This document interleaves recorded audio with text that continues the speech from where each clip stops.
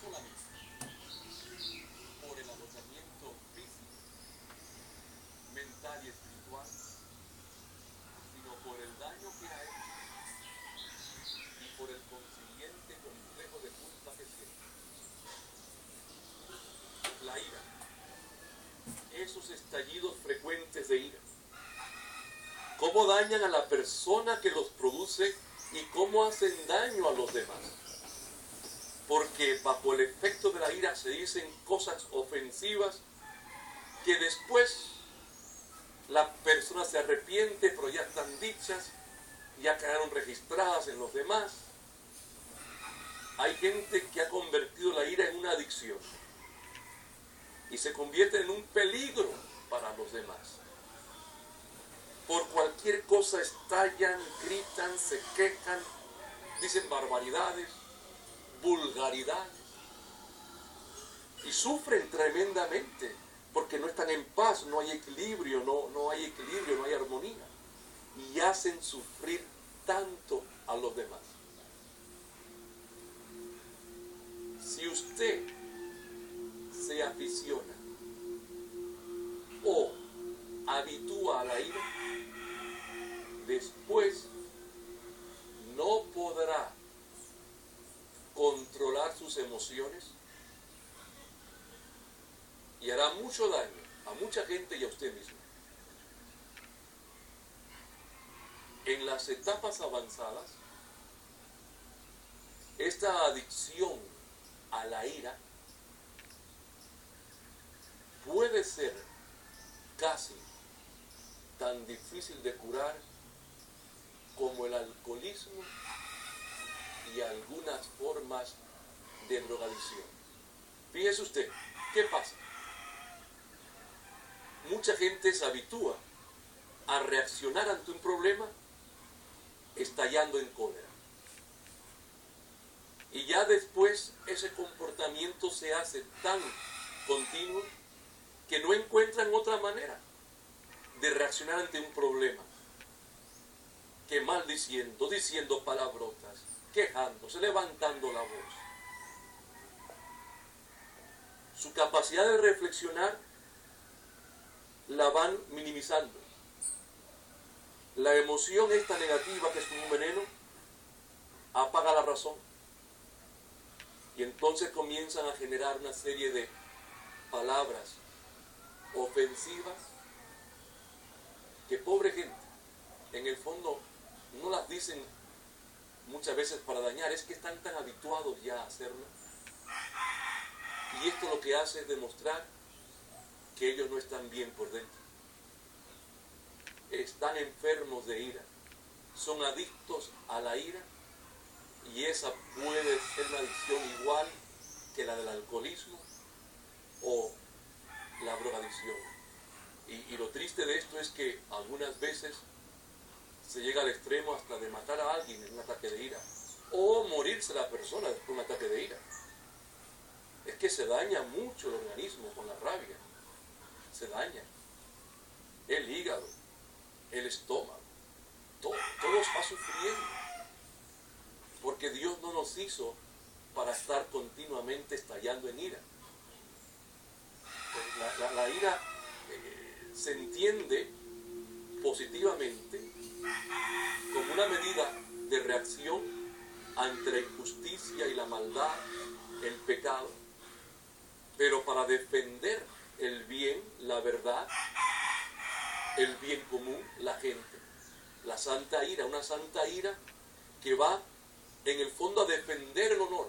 Por ejemplo, cuando Jesús expulsa a los mercaderes del templo, hay una santa ira, momentánea, muy controlada, no ofendió a nadie, defendió el templo, defendió el honor de Dios Padre, y lo hizo para dar una lección a todos.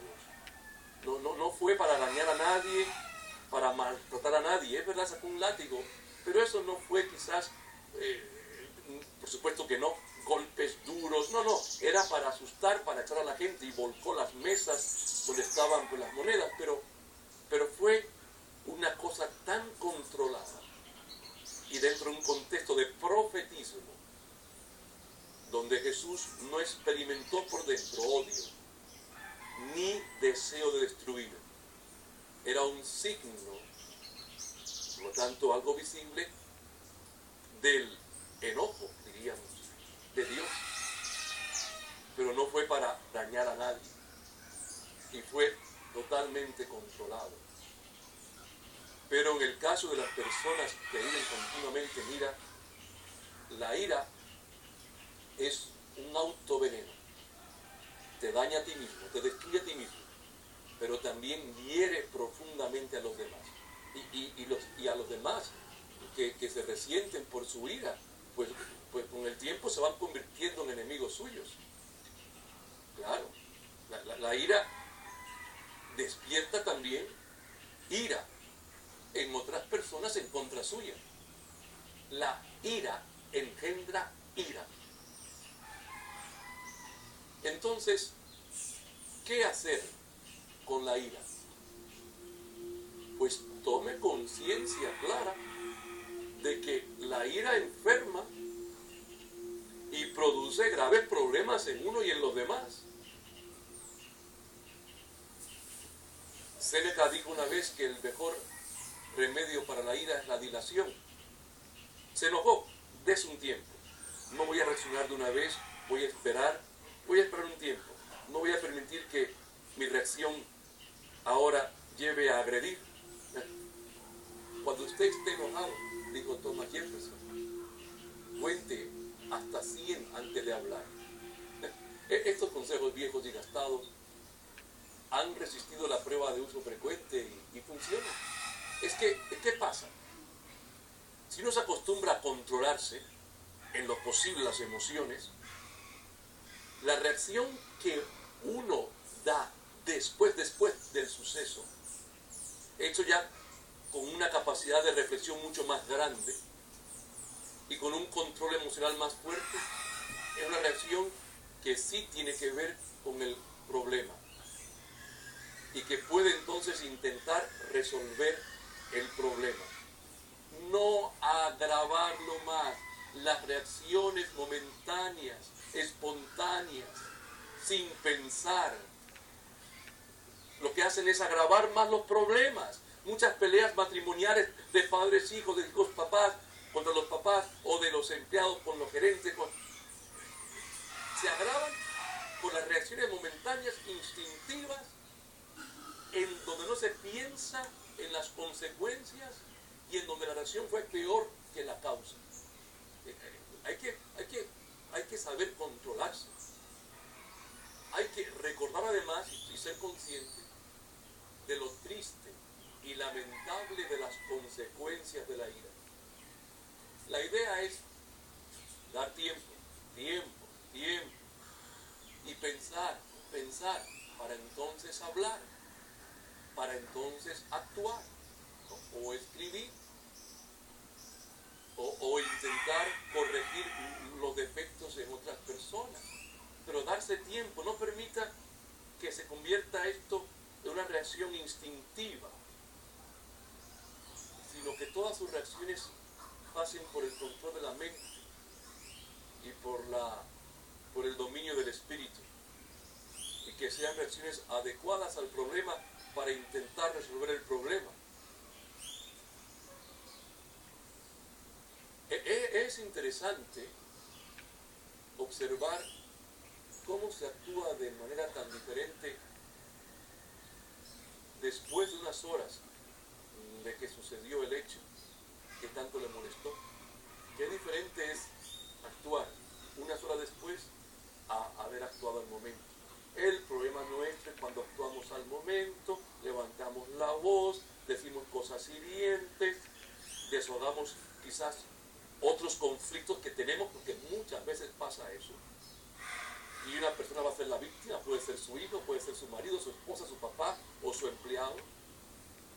Este fue el momento del problema, pero usted traía otras situaciones y usted desahogó en ese muchachito, en ese niño, todo su conflicto.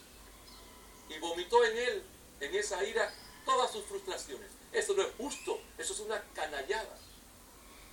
Es una víctima inocente ese niño, o esa esposa, o ese marido. usted no puede. No es justo. Vomitar, desahogar su situación conflictiva en un pobre niño. Cuidado con la ira. Cuidado con la ira, el mal que hace la cólera. No solamente usted a otros se envenena, sino que se envenena a usted mismo. Se envenena a usted mismo. Consejos prácticos, pues ya le dije a usted, tratar de dilatar en la reacción. Ya decía Thomas Jefferson, contar hasta 100 antes de hablar. No es tan fácil, lo sabemos todos, porque todos hemos caído en rabietas. Aprender a ver las consecuencias de la ira.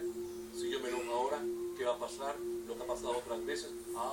No quiero que pase esto, lo he visto en otras personas, lo he visto en mí mismo. Tomar conciencia de que los estallidos de ira siempre traen consecuencias, siempre, generalmente muy malas consecuencias. Tomar conciencia de eso, tendré más cuidado ahora en adelante. También es bueno acostumbrarse a hablar con más suavidad, a mejorar sus ademanes, sus gestos, a tratar de tener el hábito de la delicadeza en el trato, la amabilidad, la paciencia, el saber que no todo el mundo puede actuar como usted, que cada uno tiene su ritmo de vida y de paciencia, amabilidad, saber que toda persona merece respeto siempre, toda persona, todo ser humano merece respeto siempre. En la medida en que usted pueda, controle mejor sus ímpetus y manifiéstese siempre en lo posible tranquilo, tranquilo y pacífico. Debe usted proponerse hacer el esfuerzo para lograrlo. La ira puede controlarse. Lógicamente hay que pedirle al Señor que lo ayude, que dé la fuerza, ¿no? Que lo vaya sanando también de traumas, de problemas que usted tiene por dentro, de frustraciones. Al Señor que lo ayude también a perdonar y a controlarse, pedir la fuerza y el poder de Dios. Hablar con unas personas entendidas, inclusive cuando el asunto ya es muy crónico, acuda al psicólogo profesional, que para eso está esa carrera, que es una excelente carrera. Los psicólogos y psicólogas ayudan mucho en esto, para saber qué pasa con usted, por qué reacciona de esa manera, por qué es tan primitivo en su reacción. Consulte, hable, desahogue su problema. La ira puede controlarse, puesto que todas las emociones son respuestas que se dan a un estímulo. Se puede controlar la intensidad de las emociones con inteligencia y voluntad. La persona se puede precondicionar para no reaccionar exageradamente y responder de manera distinta. Se puede cambiar, usted puede cambiar su estilo, su manera de comportamiento, para reaccionar más positivamente. También se aconseja inclusive tener, pues el buen humor ayuda.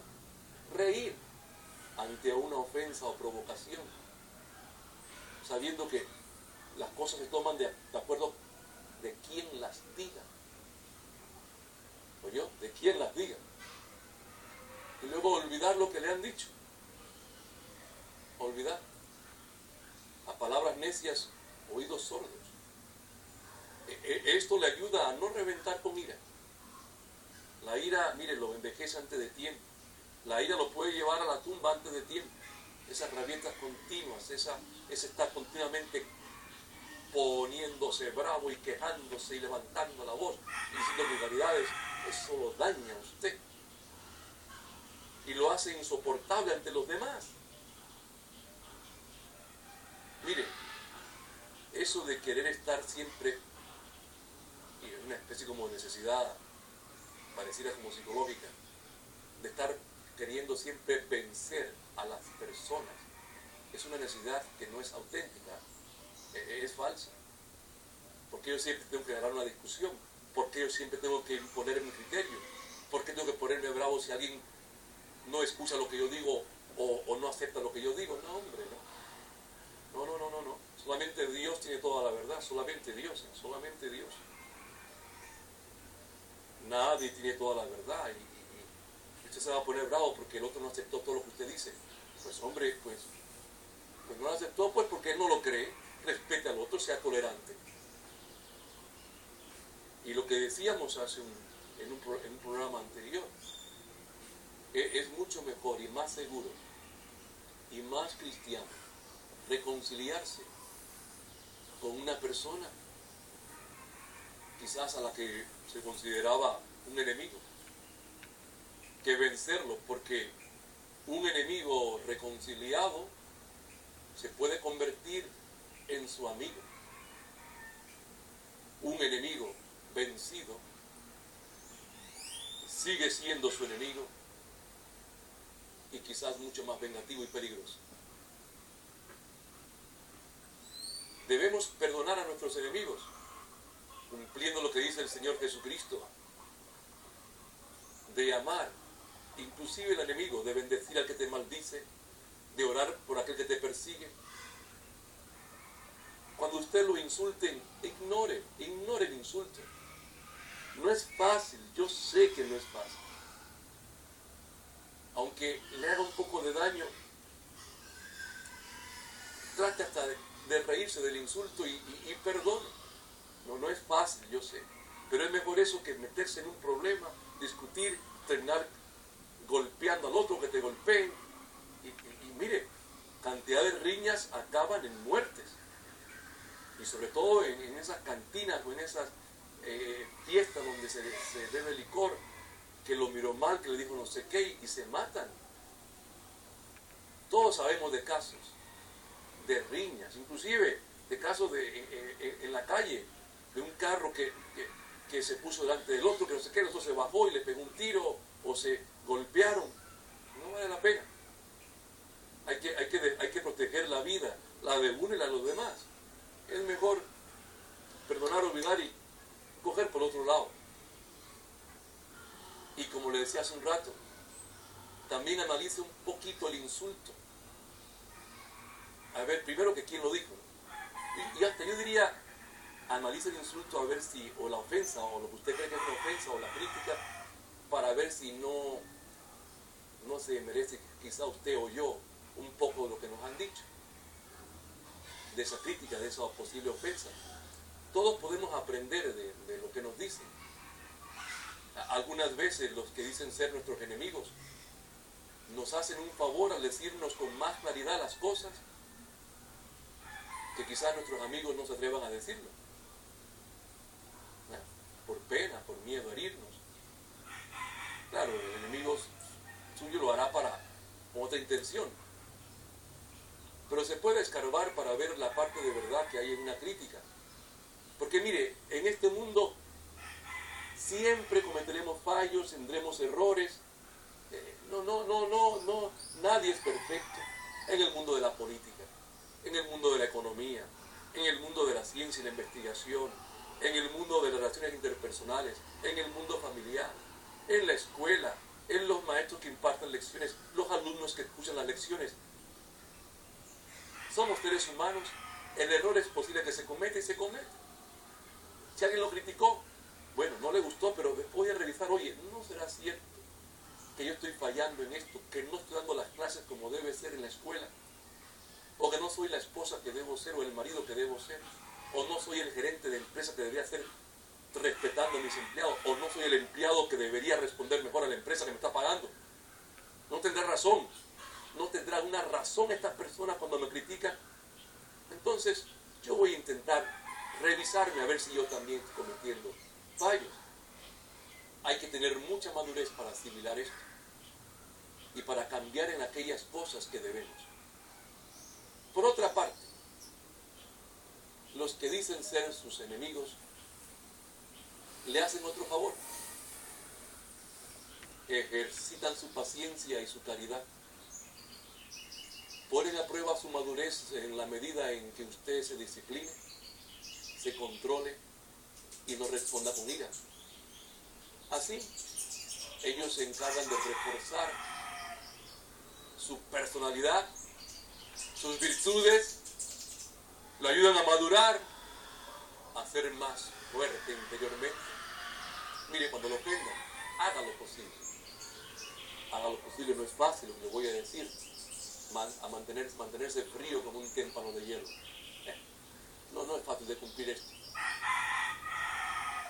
Pero, aunque sean consejos no fáciles de aplicar, porque todos hemos caído, algunas veces o muchas, en ira, pero sabemos bien que con la ira no vamos a ninguna parte y que es mejor mantenerse tranquilo, aunque eso en absoluto signifique que usted pierda su derecho a defenderse con las medidas más adecuadas, humanas y cristianas y legales cuando ha habido realmente un daño a su persona, pero tranquilidad, paciencia, defiéndase pero no caiga nunca en la ira o en el odio contra aquel que lo ofende.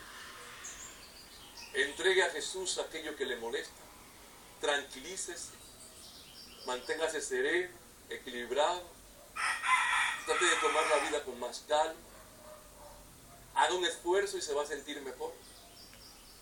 Claro, no caiga en la ira, en el mal hábito de la ira y confíe y entréguese más al Señor. Quien vive en Dios lo tiene todo y Dios le da la paciencia y el amor y le da todo. Con el Señor las cosas marchan mejor. Con Dios todo marcha mejor porque Él es el Señor. Con Él usted puede vencer la ira y puede cambiar porque en verdad con Él, usted y yo, todos somos invencibles.